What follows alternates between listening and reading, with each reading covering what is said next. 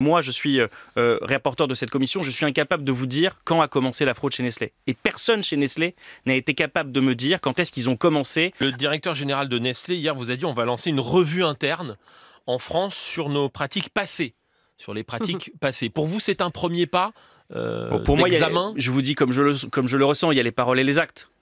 Si vous voulez, moi je veux bien qu'on me dise que maintenant il faut un audit pour comprendre ce qui s'est passé. Ce que je sais, ce qu'on m'a dit auparavant, c'est qu'il n'y a pas eu d'enquête interne, qu'il n'y a pas eu de sanctions internes sur ce qui s'est passé.